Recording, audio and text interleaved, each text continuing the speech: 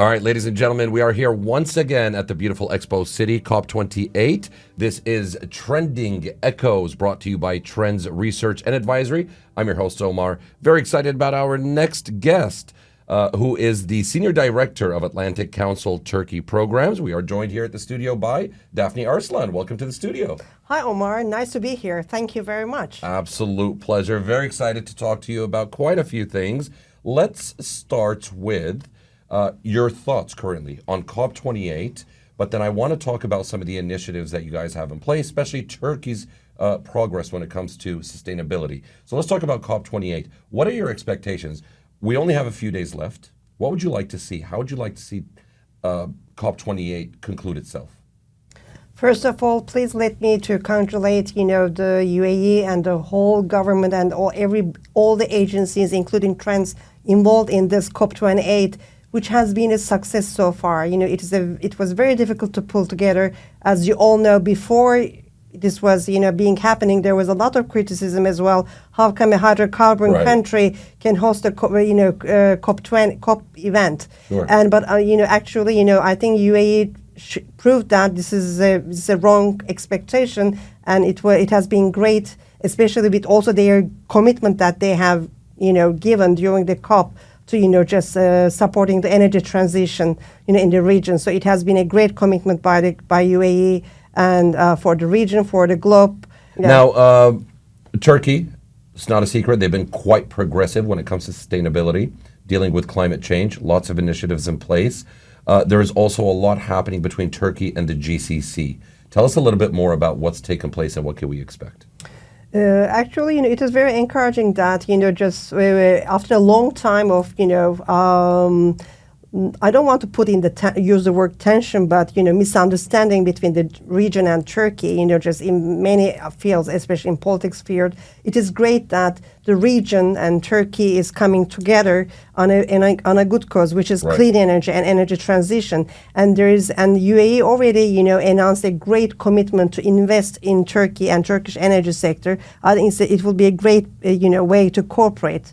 And today we had a great event together with Trends Advisory, and we produced a report together on this, how Turkey and GCC can cooperate together in energy transition. So this is what we discussed at our panel at the COP today, which I think is a starting point for us, not only as, first of all, as an American, representative of the American think tank.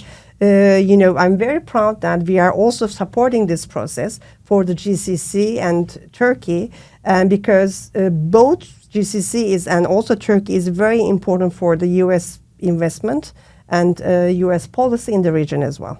All right, let's talk a little bit more about when can we see things actually happening? We know there's a lot of talks, right? Talks can always take place. But when can we expect some sort of initiative to actually take place? And if so, what might they be? I know you guys had a full discussion about it today, but what are some of these initiatives that the GCC and Turkey can come together on? GCC has money, Turkey doesn't have money. So the money will come from GCC and the investment will be in Turkey because it's a natural hub for the region, for Europe, and Europe needs energy. And also Europe also needs energy security and diversify itself away from Russia. So this is the main goal. And I think GCC has a huge way to play there, and also this can be not only, I also see, apart from all the renewables, and I still think that gas still can play a big role here. And today we discussed, how hydrogen can be used, clean hydrogen can be used, transmitted also to Europe through Turkey, and renewable, solar, in the renewables, both solar and wind, sectors. How both countries can just work together. How GCC can invest in Turkey. At the end of the day, of course they are investing so that they can profit out of it. This is pure business, and there's a potential there. Great business ethic, great private sector in Turkey, and there will be a technology combined. We also today discussed how the region and Turkey can work together to advance the technology. Maybe there will be some research will be held together, or techno hubs will be built together. So there's a huge potential, and this is just the beginning. Okay, and it will take time, a bit time. Understood. Yeah. Now, you just mentioned business. I want to tap a little bit into your expertise as a business person, as an economist. And this is something that has been discussed, I'm sure, quite a lot. But I want to get your thoughts on how can we get a lot of the investors, global entities, big brand names, to actually start shifting from being so invested in fossil fuels to actually shifting more towards investing in alternative energy sources. How do you think that could actually happen? Actually, this is already happening. First of all, it is not new. Is it happening enough? Not yet, but Okay. it will happen more because eventually it has to happen more. This started with, of course, the first, COP that was held in Paris, which all started there. And after that, just with all the IFIs, international finance institutions like the World Bank, IFC, and EBRD, they are not financing any fossil fuel anymore. Just to give an example, I was part of the team when, just the southern corridor was built, which is passing through Turkey, and which start, bringing the Caspian gas, to Europe, just to diversify the energy resources of Europe away from Russia. So it was passing through Turkey. At that time, we were calling it Nabucco, and then now after that, it was named TANAP. So what I'm saying, at that time, there was a big commitment of the EBRD and other financial institutions to this pipeline. Right now, no IFIs are, financing any pipelines anymore. Right. So it is. So in this also, started to reflect it on the private banks as well. It is less and less that private banks are financing hydrocarbons now. So in a way, just the hydrocarbon companies, unless they are self-financed, like the countries, just Sure. in the UAE or GCC in the region, it is almost very difficult for them to finance there. So they have to shift their activities. So what I'm saying is that, so in a way, the hydrocarbon companies, they have to shift, eventually, because they don't have any other choice. They are not being financed. They won't be being supported by, neither private sector, no international financial institutions. So they eventually have to do that. And this will be a normal phase out. The only issue is that how quickly this can happen, or whether it's, yes, the the climate threat is there and it is real. And there are commitments by 2030, which are taken, just here at the COP28, and eventually by 2050, to bring the gas emissions to zero net levels. So these are important commitments, and there's a reason that why all this COP is happening and bringing all together the globe. There's a reason for that, which is to save our planet, and the climate. So moving towards that direction, and it is not all about being profitable anymore. It is all about how we can be more profitable for the business I'm talking about, but still make an impact on the climate. I think everybody needs to take this responsibility now. We were talking about some of the bigger entities, global companies, trying to make that shift. But I think this also trickles down to a lot of the smaller entities. So let's talk about maybe small to medium-sized businesses. You have a lot of underdeveloped countries that still depend heavily on fossil fuels. Generators, let's call it, especially when it comes to generating electricity. And to a lot of them, because they're underdeveloped, being sustainable is probably not on top of the priority list.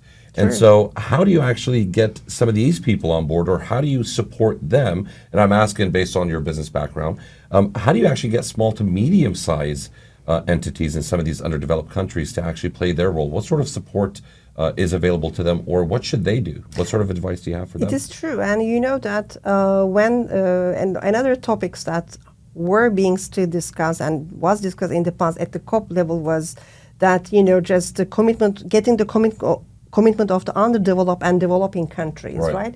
When you are a developed country, you mean that you have already paid your role, with the gas emissions globally, and they are a developed country, and they are asking the underdeveloped and developing countries also doing the same, while you have already, taken that share, and you are comfortable because, you are already okay, so it is not a fair game, right? So there should be a just and fair transition for underdeveloped countries or developing countries, as you say. And it is an expensive process. cheap as well. So you are right. They are using, just the gas. They are importing. They are using coal, generated plants for their electricity and so on. And here at that time, I think the IFIs and the institution like World Bank comes into place. And also developed countries through their own financing resources. They need to help these countries. I know that Department of Energy in the United States, they are doing things, just about Africa through their, DFC and other tools. And I think all the countries should come together, just to give more support, financial support to underdeveloped countries to make this shift. Because if they are left alone, it's not a fair game. And this is something that we are all together in. So, right. Yeah. Now, listen, it's not a secret that, while we're all here at COP28, you have a lot of people that pretty much come together on the same page. But then you have a lot of people that are on the opposite end of the spectrum who actually don't believe that we have such a crisis and that, it's not all doom and gloom. So I do get asked quite a lot of questions. And one interesting one that came up not long ago, and I want to pass this on to you. I'm going to play a little devil's advocate here. You mentioned earlier, to save our planet. And I have used those words in the past where somebody said, listen, the planet has been here for 4.5 billion years. Are we trying to save the planet? Because we don't think that there's an issue with saving the planet. Are we trying to save ourselves as opposed to saving the planet? What do you think it is? Well, can you really, discriminate between saving planet and ourselves? Just so, I think first of all, I don't agree with this statement. I have a different point here. This is real. Global warming. Right. It is real, and I mean we are already feeling this everywhere with the floods and people, and unfortunately, the people like underdeveloped world. Feels this more than ever, Right. just in Asia, just other places, and Africa, drought, just how you will, feed. I mean, already, Africa is just suffering from, a lot of scarcity, Sure. just, and agriculture issues. So how you can, just support these people. The issue is that if you continue to neglect these problems on the globe, this will also there's a potential, it can lead to other social and political issues as well. Which I think to an extent we're already seeing a lot of that. Yes, indeed. How do we get everybody on the same page? Especially because, by the way, even though we're talking about people on two opposite ends of the spectrum, even when it comes to being here at COP28, we've seen quite a bit of conflict. So people who are here to support the same cause, you still have a lot of people that say, listen, we're approaching this point of no turning back, and some people say that we've already crossed the line. We need to make an immediate shift right now, right here, today, from fossil fuels to sustainable energy. And then you have people that say that's not possible. It's going to take a little bit more time. There has been a lot of debates about that. Where do you stand on that? Do you think we need to make the transition now? And is it possible to do something immediate, or is this something that's going to take time? First of all, even though it is an immediate need for that, yeah. but it is not realistic to make Right. this immediate shift. Okay, so we have to be realistic on that, because when you also, first of all, it is not possible. It is very difficult to bring all together, all sides together. And when you push things that quickly, this can lead to some other issues. And so there needs to be a transition period. There should be some time. And this is, inevitable, just so it cannot be something that you can do overnight, just so it will take time, but determination is important here, just so, Absolutely. and, bringing the sides together. Absolutely. Now, what do you expect to see? We already asked you at the beginning, what do you expect or hope to see by the end of COP28? But what are you hoping to see that would carry over from COP28 to 29, which we don't know where it's going to happen yet, or even in COP30, which apparently where it's going to happen, but you won't share with us. What would you like to see in the next couple of COPs that are based or connected to COP28 in terms of implementation?